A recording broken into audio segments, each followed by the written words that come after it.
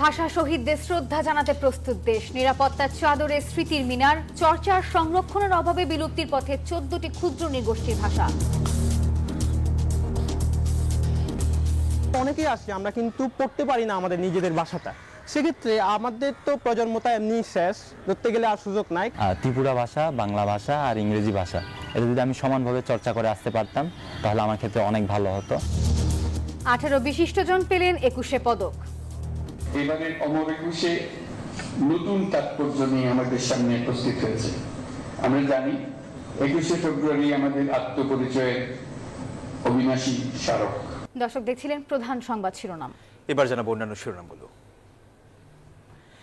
বিতর্কিত একাদশ দ্বাদশ নির্বাচনের দায়ে 22 ডিসি বাধ্যতামূলক অবসরে। তালিকা হচ্ছে সবশেষে ডামি ভোটের প্রশাসনের খলনায়কদেরও। দেশে স্থিতিশীলতা বজায় রাখতে দ্রুত নির্বাচনী রোডম্যাপ চাইলেন মির্জা ফখরুল। অন্তর্বর্তী সরকারকে আরও সুযোগ দিতে ধৈর্য ধরার আহ্বান। জুলাই গণহত্যার নির্দেশদাতা সাবেক এএসপি আলেপের আরও বর্বরতা। ক্রসফায়ারের ভয় দেখিয়ে গুম ব্যক্তির স্ত্রীকে ধর্ষণের প্রমাণ ট্রাইব্যুনালে। সম্পর্কে টানাপোড়েনের মধ্যে ঢাকার আমন্ত্রণ গ্রহণ করলেন জয়শঙ্কর। শেখ হাসিনাকে ফিরিয়ে আনা সহ নানা ইস্যুতে আলোচনার আশা।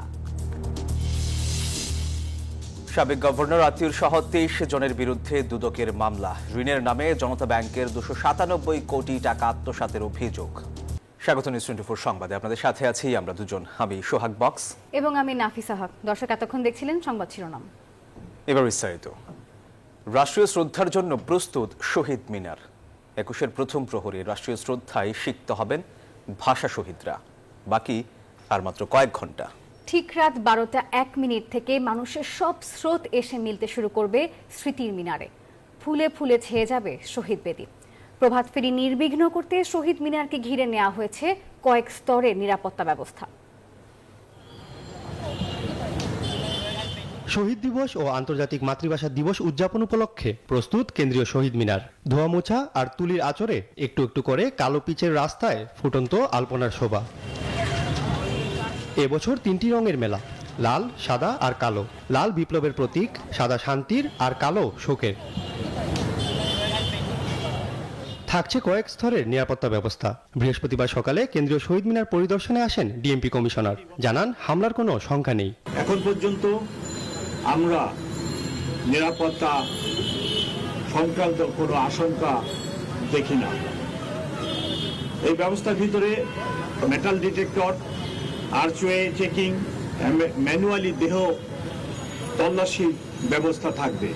কোনোরূপ দাহ্য পদার্থ বা বিস্ফোরক বা এরূপ কোনো কিছু যাতে নিয়ে কেউ প্রবেশ করতে না পারে তার জন্য আমাদের ব্যাপক ব্যবস্থা। প্রথম প্রহরে রাত 12টা 1 মিনিটে শ্রদ্ধা নিবেদন করবেন রাষ্ট্রের অতি গুরুত্বপূর্ণ ব্যক্তিরা। রাত 12টা 40 মিনিট থেকে শহীদ মিনার উন্মুক্ত থাকবে সবার জন্য। হামলার সংখ্যা না থাকলেও পরিস্থিতি ঘোলাটে করতে পারে পতিত সরকারের লোকজন, তাই সজাগ থাকার কথা জানালেন ঢাকা বিশ্ববিদ্যালয়ের নিরাপত্তা রক্ষক। আইন শৃঙ্খলা রক্ষাকারী বাহিনীর অ্যাজ ইউজুয়াল যে নিরাপত্তা বলয় থাকে তার চেয়ে এবার একটু বেশি নজরদারি তাদের থাকবে। বিশেষ করে পতিত সরকারের যে দল আছে তারা তাদের দলে না হলেও বেনামে বা অন্য কোনোভাবে এখানে আসার চেষ্টা করেন কিনা বা কোনো রকমের পরিস্থিতি তৈরি হয় কিনা সেই জন্য তাদের বাড়তি নজরদারি থাকবে। এখন অপেক্ষা ভাষা মুক্তির দিনের প্রথম প্রহরের। সবার চাওয়া গুরুত্ব পাক মাতৃভাষার অধিকার। আহাদ চৌধুরী, নিউজ 24, ঢাকা। দর্শক কেন্দ্রীয় শহীদ মিনারে রয়েছেন আমাদের সহকর্মী রিশাদ অর্ণব। যুক্ত হচ্ছে অর্ণবের সঙ্গে। অর্ণব, পুরো জাতি তো প্রস্তুত ভাষা শহীদদের প্রতি শ্রদ্ধা নিবেদনের জন্য। এখন এই মুহূর্তে কেন্দ্রীয় শহীদ মিনারে ঠিক কিরকম ব্যস্ততা দেখছেন জানাবেন।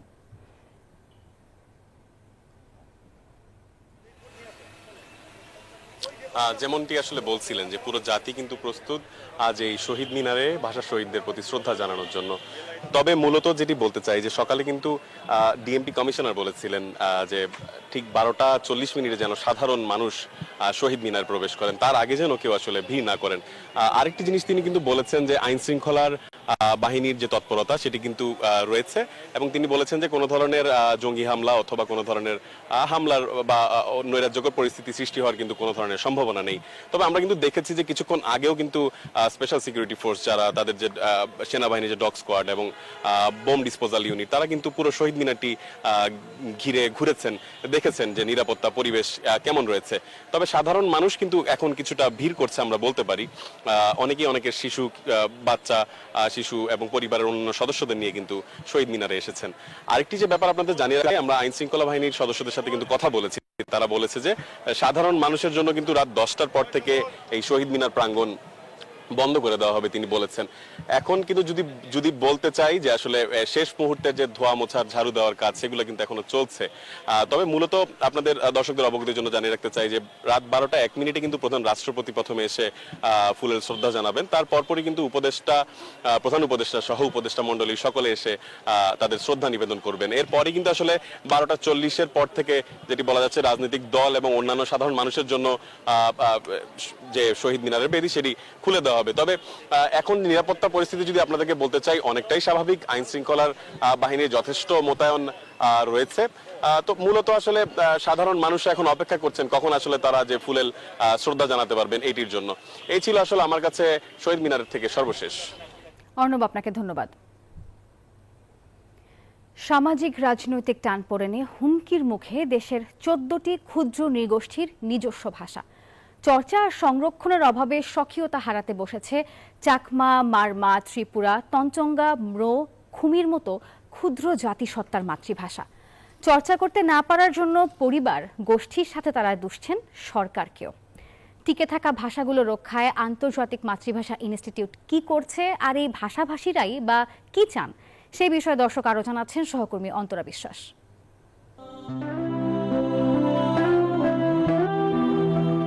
মায়ের ভাষার মান বাঁচাতে জীবন দিয়েছিলেন রফিক, শফিক, সালাম বরকতরা। বাঙালির শির উন্নত করেছিলেন গৌরবে। সেই বাংলায় বাংলা ছাড়াও আছে আরো 40টি ভাষা। ভিন্ন জাতিসত্তার মানুষেরা সেসব ভাষায় কথা বলেন। কয়েকটি বিলুপ্ত হওয়ার পথে, কয়েকটির নেই বর্ণমালা। সবার সাথে বাংলা ভাষায় কথা বলা হয়, শুধু আমি হচ্ছে কি লিখতে পারি না, কারণ ওইভাবে শেখা হয় নাই। যখন বাসায় আসতাম তখন অন্যদের সঙ্গে কথা বলতে সংকোচ বোধ হইতো আর কি। অনেকেই আসি, আমরা কিন্তু পড়তে পারি না আমাদের নিজেদের ভাষাটা। যখন আমরা শিশু থাকি যা কিছু শিখি অনেক তাড়াতাড়ি শিখে ফেলতে পারি, কিন্তু বড় হলে কিন্তু আমরা ওই ভাষাটাকে আয়ত্ত করতে কিন্তু অনেক টাইম লেগে যায়। তাই চর্চা আর সংরক্ষণের অভাবে মাতৃভাষার স্বকীয়তা হারাতে বসেছে চাকমা, মারমা, ত্রিপুরা, তঞ্চঙ্গা, ম্রো, খুমির মতো আরো অনেক ক্ষুদ্র জাতিসত্তা। চর্চা করতে না পারায় নিজেদের সঙ্গে দুষছেন সরকারকেও। যেহেতু এখানে বাংলাদেশের মেজরিটির উপর চিন্তা করেছে, অবশ্যই বাংলা ভাষা শিখতে হবে, কর্মসংস্থানের কথা চিন্তা করে। ত্রিপুরা ভাষা, বাংলা ভাষা আর ইংরেজি ভাষা, এটা যদি আমি সমানভাবে চর্চা করে আসতে পারতাম তাহলে আমার ক্ষেত্রে অনেক ভালো হতো। সরকার যদি প্রত্যেকটা ভাষার প্রতি নজর দেন, এটা তো আপনার ব্যক্তি উদ্যোগে কিংবা এনজিও উদ্যোগে এগুলো তো বাস্তবায়ন করা সম্ভব না। শান্তিময় চাকমাও একজন বিশ্ববিদ্যালয়ের শিক্ষার্থী, পড়ছেন শিক্ষা ও গবেষণা ইনস্টিটিউটে। দুটি উপন্যাসও লিখেছেন, তবে চাকমা ভাষায় নয়, বাংলায়, কারণ তিনি চাকমা ভাষায় লিখতে পারেন না। পরে হয়তো কাউকে দিয়ে অনুবাদ করাবেন। তবে তিনি চাকমাদের ইতিহাস আর ঐতিহ্য সম্পর্কে জানাতে একটি লাইব্রেরি খুলতে চান। আমার এলাকায় একটা লাইব্রেরি প্রতিষ্ঠা করব এবং আমি বা অন্যান্য যে লেখকগুলো আছে তারা যে উপন্যাস, গল্প, কবিতাগুলো লিখে সেগুলো আমি সংগ্রহ করব। 2010 সালের শিক্ষানীতিতে আছে ক্ষুদ্র নৃগোষ্ঠীরা বিদ্যালয়ে নেবেন মাতৃভাষা শিক্ষা, কিন্তু চাকমা, মারমা, গারো, ত্রিপুরা আর মণিপুরি এই 5 ভাষায় বই বেরুলেও নেই পর্যাপ্ত শিক্ষক। আর বাকি ভাষাগুলোর কাজ চলছে বলে জানান আন্তর্জাতিক মাতৃভাষা ইনস্টিটিউটের মহাপরিচালক। 41টি ভাষা বাংলা সহ সেখানে 40টি ক্ষুদ্র নৃগোষ্ঠী, তার মধ্যে কিন্তু 14টি ভাষাই এই ক্ষুদ্র নৃগোষ্ঠী ভাষা হারিয়ে যাচ্ছে, অর্থাৎ বিপন্নের পথে আছে। এটা থেকে উত্তরণের একটিমাত্র পথ হলো শিশুদেরকে সঠিকভাবে এই ভাষা চর্চা করতে হবে। আমরা আপাতত 3টা ভাষা হাতে নিয়েছি, রেংমিরচা, কন্দ আর হচ্ছে পাত্র। বাংলাদেশের সকল জাতিসত্তার ভাষা ও সংস্কৃতি রক্ষায় সরকার পদক্ষেপ নেবে। আন্তর্জাতিক মাতৃভাষা দিবসে এমন প্রত্যাশা ভিন্ন ভাষাভাষীদের। বিশ্বে প্রতি 2 সপ্তাহে হারিয়ে যাচ্ছে একটি করে ভাষা, আর সেই ভাষার সঙ্গে হারাচ্ছে ওই ভাষালব্ধ জ্ঞান আর ভাষাভাষীদের সংস্কৃতি। বাংলাদেশেও অনেক জাতিগোষ্ঠীদের মধ্যে ঘটতে যাচ্ছে এমন ঘটনা, কিন্তু যে বাঙালি জাতি নিজের মায়ের ভাষার জন্য প্রাণ দিতে জানে, সেই জাতি কি পারে অন্য ভাষাকে বিলুপ্ত হতে দিতে? অন্তরা বিশ্বাস, নিউজ 24, ঢাকা। 21শে ফেব্রুয়ারি ইউনেস্কোর আন্তর্জাতিক স্বীকৃতির পর থেকে বিশ্বজুড়ে বাড়ছে বাংলার খ্যাতি। প্যারিসের অলিতে গলিতে নজর কাটছে বাংলা সাইনবোর্ড, আর এতে করে দেশীয় ক্রেতাদের আগ্রহ যেমন বাড়ছে, তেমনি বাড়ছে বেচা কেনা। সেই সঙ্গে বাংলা ভাষার চর্চায় বহির্বিশ্বে সমৃদ্ধ হচ্ছে দেশীয় ব্যবসা প্রতিষ্ঠান। ফ্রান্স থেকে ফেরদৌস করিম আকঞ্জির তথ্যচিত্রে ডেস্ক রিপোর্ট। প্যারিসের প্রাণকেন্দ্র গার্দো নর্থের অলিতে গলিতে ঝুলে বাংলা বর্ণমালা। ছোট বড় সুপার শপ, হোটেল, রেস্তোরাঁ, ট্রাভেল এজেন্সির মতো বাঙালি মালিকানার প্রতিষ্ঠানের সাইনবোর্ড নজর কেড়েছে ভিনদেশীদেরও। এতে বাংলাদেশে অধ্যুষিত এই এলাকাটিতে ফরাসি ও ইংরেজি ভাষার পাশাপাশি বাড়ছে বাংলার ব্যবহার, যার জেরে বাড়ছে অভিবাসী বাংলাদেশিদের আনাগোনাও। ভাষার নানা পরীক্ষা উত্তরে ফ্রান্সে পাড়ি জমানো এসব অভিবাসী বাঙালির জীবনে পরতে পরতে এঁকে চলেছে বাংলা জয়ের মহাকাব্য। এসি ওয়ার্ল্ড দীর্ঘদিন থেকে প্যারিসে ব্যবসা করে যাচ্ছে। সদর দরজা, কাঁচ কিংবা দেয়ালে কেন বাংলা বর্ণমালার ব্যবহার, সেই গল্পই শোনালেন সাব্বির আহমেদ। আমরা অনেক প্ল্যাকার্ড যেটা বাংলাতে লিখে রাখছি, এটা হওয়ার পিছনে প্রথম হচ্ছে আমার মাতৃভাষা হচ্ছে বাংলা, এটার প্রতি ভালোবাসা, দুর্বলতা সবসময় আছে। প্যারিসে বাংলাদেশিদের দেশীয় খাবারে আকৃষ্ট করতে ভিন্নভাবে বাংলা ভাষার ব্যবহার করছে অভিজাত রেস্টুরেন্ট ফুলকলি। শুধু বাংলায় বিবরণ থাকায় রেস্টুরেন্টটিতে বাড়ছে বাংলাদেশি ক্রেতার সংখ্যা।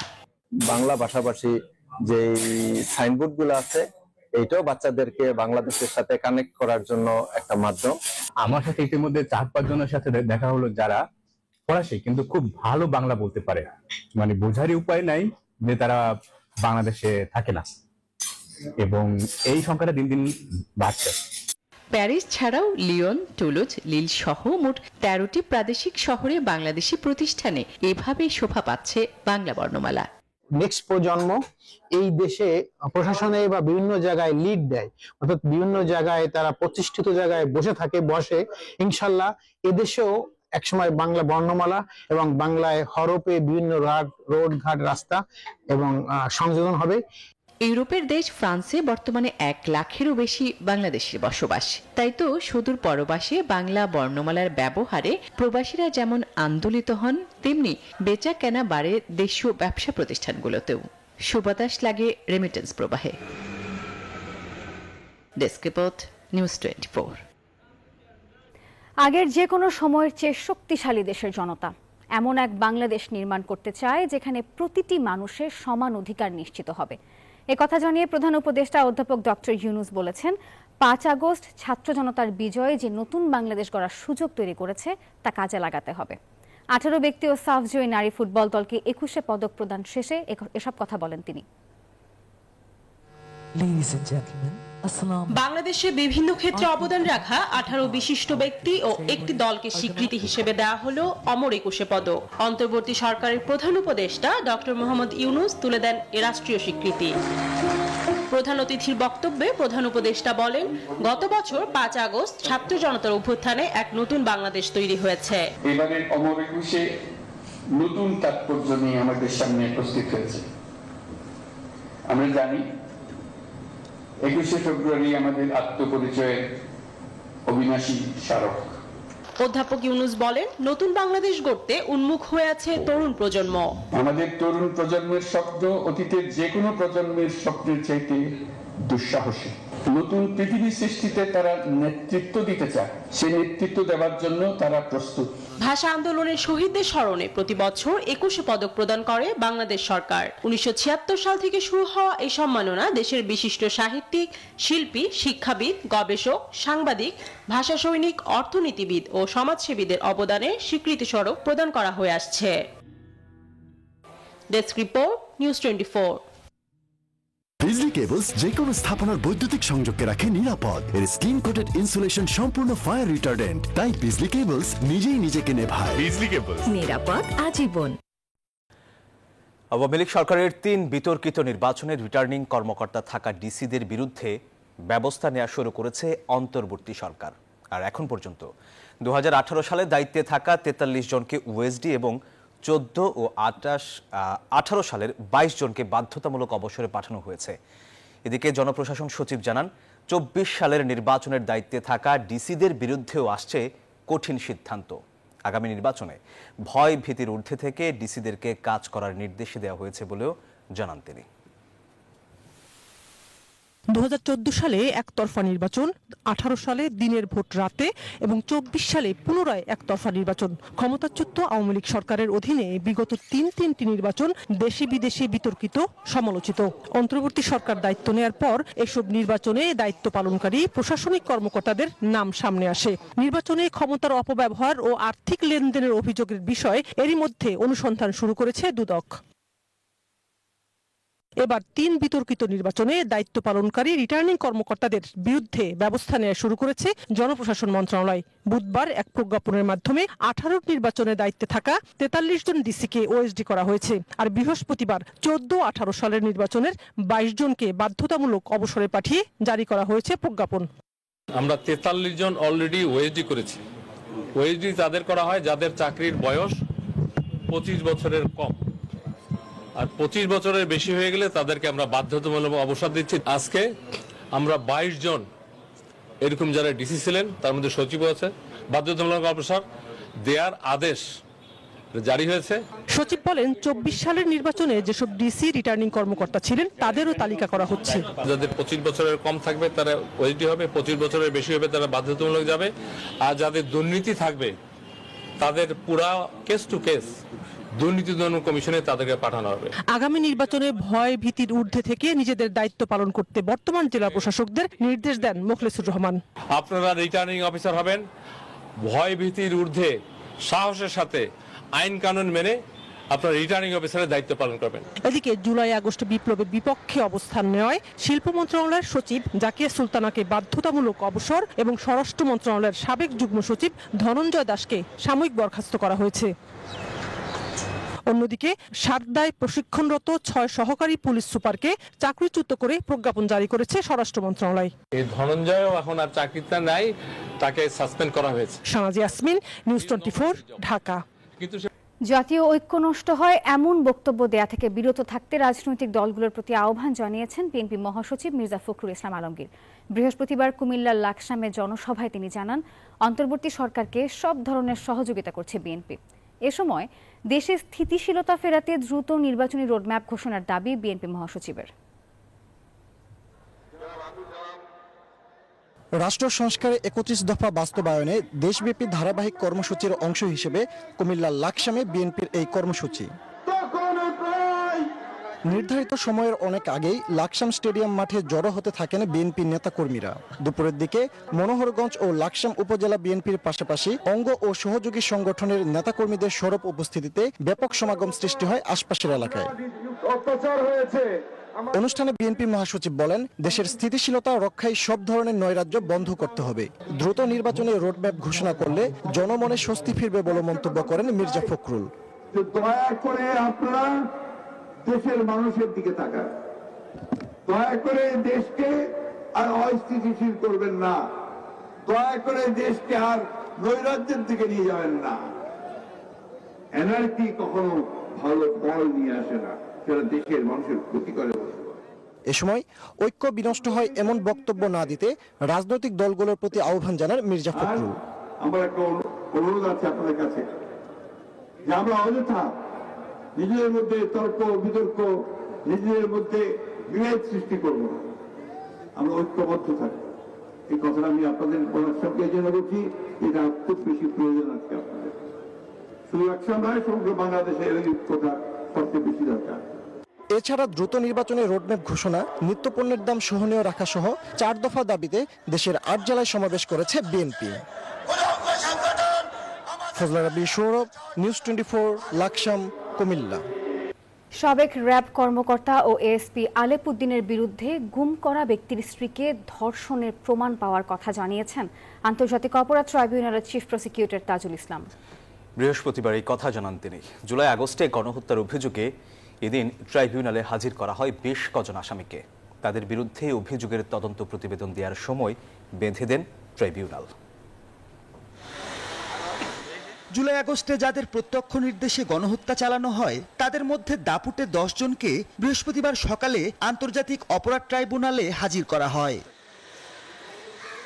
আদালতে শুনানি শেষে পুলিশের সাবেক আইজিপি চৌধুরী আব্দুল্লাহ মামুন ও সাবেক সেনা কর্মকর্তা জিয়াউল হাসান সহ আইন শৃঙ্খলা বাহিনীর 8 সদস্যের বিরুদ্ধে অভিযোগের তদন্ত শেষ করতে আরও 2 মাস সময় দেন আদালত। এছাড়া জুলাই আন্দোলনে হেলিকপ্টার দিয়ে গুলি করার বিষয়ে সাবেক আইজিপিকে আগামী 23 ফেব্রুয়ারি জিজ্ঞাসাবাদ করবে ট্রাইব্যুনালের তদন্ত সংস্থা। এই আসামি দাবি করেছেন 6 মাস ধরে তার ব্যবহৃত মোবাইল ফোনটি তিনি খুঁজে পাচ্ছেন না। আব্দুল্লাহ মামুন ফরমার আইজিপি, তাকে আমরা জিজ্ঞাসাবাদ করতে চাই, যেহেতু তার নেতৃত্বে তিনি পুলিশের প্রধান ছিলেন, তার নেতৃত্বে সেই জুলাই আগস্টের সমস্ত হত্যাকাণ্ড মানবতা বিরোধী অপরাধ সংগঠিত হয়েছিল। তার মোবাইল ফোন থেকে তিনি সোশ্যাল মিডিয়াতে বক্তব্য দিয়েছেন 5ই আগস্টের পরে। সুতরাং তার এই মোবাইলে গুরুত্বপূর্ণ এভিডেন্স আছে, এটা আমরা আমাদেরকে যে কোনো মূল্যে পেতে হবে। এদিকে সাবেক র্যাব কর্মকর্তা আলেপ উদ্দিনের বিরুদ্ধে গুম হওয়া ব্যক্তিকে ক্রসফায়ারের ভয় দেখিয়ে তার স্ত্রীকে ধর্ষণের প্রমাণ পাওয়ার কথা জানিয়েছেন ট্রাইব্যুনালের চিফ প্রসিকিউটর। সাবেক র্যাবের একজন কোম্পানি কমান্ডার আলেপ উদ্দিনের অভিযোগ সবচাইতে মারাত্মক। তিনি অসংখ্য মানুষকে গুম এবং নির্যাতন করার সাথে জড়িত। একজন আসামিকে গুম করে রাখার সময়ে তার স্ত্রীকে, তার বিশ্ববিদ্যালয় পড়ুয়া স্ত্রীকে তার স্বামীকে হত্যার ভয় দেখিয়ে তাকে বাধ্য করে একাধিকবার রমজান মাসে রোজা ভাঙিয়ে তাকে ধর্ষণ করা হয়েছে। এই তথ্য প্রমাণ আদি আমাদের কাছে এসেছে। এছাড়া অন্য একটি গুমের মামলায় সাবেক এসপি মহিউদ্দিন ফারুকীর বিরুদ্ধে আগামী 3 মাসের মধ্যে তদন্ত প্রতিবেদন দাখিলের নির্দেশ দিয়েছেন ট্রাইব্যুনাল। শুনানির দিন ধার্য করা হয়েছে 28 মে। মাহমুদুল হাসান, নিউজ 24, ঢাকা। সম্পর্কের টানাপোড়েন থাকলেও ব্যবসা বাণিজ্য সহ বেশ কিছু বিষয়ে একমত বাংলাদেশ ও ভারত, এমনটি জানিয়েছে পররাষ্ট্র উপদেষ্টা তৌহিদ হোসেন। দুপুরে নিজের দপ্তরে সাংবাদিকদের এই কথা জানান তিনি। উপদেষ্টা আরও জানান, দুদেশের কাজের সম্পর্ক এগিয়ে যাবে এমনটাই প্রত্যাশা করেন তিনি। আরও জানান, ভারতের পররাষ্ট্রমন্ত্রী এস জয়শঙ্করকে বাংলাদেশ সফরে আসার আমন্ত্রণ জানিয়েছেন। ওমানে ইন্ডিয়ান ওশান কনফারেন্সের সাইড লাইনে 16 ফেব্রুয়ারি বৈঠক করেন বাংলাদেশের পররাষ্ট্র উপদেষ্টা তৌহিদ হোসেন ও ভারতের পররাষ্ট্রমন্ত্রী ডক্টর এস জয়শঙ্কর, যেখানে দ্বিপাক্ষিক সম্পর্কে নানা বিষয়ে আলোচনা করা হয়। সফর শেষে উপদেষ্টা ফেরত এসে জানান, ঢাকায় পররাষ্ট্রমন্ত্রী পর্যায়ের বৈঠকের জন্য ডক্টর এস জয়শঙ্করকে মৌখিক আমন্ত্রণ জানিয়েছেন তিনি। দুপক্ষের নানা উদ্বেগ নিয়েও খোলামেলা আলাপ আলোচনা হয়েছে বৈঠকে। আমি তাকে ইনভাইট করেছি যে আমাদের তো ফরেন সেক্রেটারি লেভেলে মিটিং হয়েছে, ফরেন মিনিস্টার্স লেভেলেও কিন্তু আমাদের একটা মেকানিজম আছে। এখন আপনার আসার কথা ঢাকায়, আপনি যদি কোনো সময় কনভেনিয়েন্ট টাইমে আপনি আসেন, আপনি সময় জানালে আমরা সেই অনুযায়ী অ্যারেঞ্জমেন্ট করব। অন্তর্বর্তী সরকার দায়িত্ব নেওয়ার পর ভারত বাংলাদেশের সম্পর্কে টানাপোড়েন থাকলেও ব্যবসা বাণিজ্যে তা কাটিয়ে ওঠা গেছে। তবে ভিসা সহ এখনো কিছু জায়গায় টানাপোড়েন থেকেই গেছে। দুই দেশই স্থিতিশীল সম্পর্কের উপর জোর দিচ্ছে বলে জানান পররাষ্ট্র উপদেষ্টা। ব্যবসা মোটামুটি পিক আপ করেছে, কিছু টানাপোড়েন এখনো রয়ে গেছে, যেমন ভিসা টিসিতে প্রবলেম কিছু আছে, কিন্তু দুই পক্ষই আমরা মোটামুটি এই ব্যাপারে একমত হয়েছি যে এগুলি সব দূর করে একটা গুড ওয়ার্কিং রিলেশন যে টার্মটা ব্যবহার করে এটাতে আমাদেরকে বসতে হবে। তৌহিদ হোসেন আরও জানান, বৈঠকে শেখ হাসিনাকে ফেরানোর বিষয়ে কোনো আলোচনা হয়নি। এটা নিয়ে কোনো ওইভাবে স্পেসিফিক আলোচনা হয়নি। আমরা ইন জেনারেল সবগুলি নিয়ে কথাবার্তা বলেছি। কোর্ট চেয়েছে তাকে, আমরা রিকোয়েস্ট করেছি তাকে এক্সপ্লেন করার জন্য, করে তার মানে যে আমরা বাকি সব কিছু নিয়ে বসে থাকবো। এদিকে মার্কিন প্রেসিডেন্ট ডোনাল্ড ট্রাম্পের অর্থায়ন বন্ধের বিভিন্ন পদক্ষেপের বিষয়ে বাংলাদেশ এখনো পর্যবেক্ষণ করছে বলে জানান পররাষ্ট্র উপদেষ্টা। মার্কিন যুক্তরাষ্ট্রের যে বিষয়টা, এটা তো বাংলাদেশ স্পেসিফিক না, কাজে এটাতে আসলে এই মুহূর্তে আমাদের কিছুই করার নেই। প্রমা চৌধুরী, নিউজ 24, ঢাকা। এটা নিয়ে আমাকে প্রশাসন ও সব রাজনৈতিক সংগঠনকে লাল কার্ড দেখালেন খুলনা প্রকৌশল ও প্রযুক্তি বিশ্ববিদ্যালয়ের শিক্ষার্থীরা। তাদের বিক্ষোভ পরিণত হয়েছে উপাচার্যের পতনের আন্দোলনে। শিক্ষার্থীদের অভিযোগ, তাদের উপর হামলা হলেও নিরাপত্তা দিতে ব্যর্থ হয়েছে প্রশাসন। এর দায় নিয়ে উপাচার্য ও উপ উপাচার্যের পদত্যাগের দাবি তুলেছেন তারা। তবে পদত্যাগে রাজি নন উপাচার্য। বিস্তারিত ডেস্ক রিপোর্টে।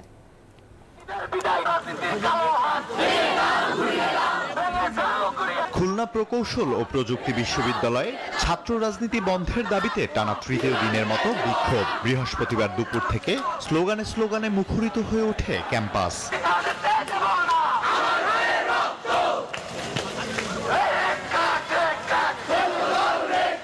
ক্যাম্পাসে সক্রিয় সব রাজনৈতিক সংগঠন ও প্রশাসনকে লাল কার্ড দেখিয়েছেন শিক্ষার্থীরা।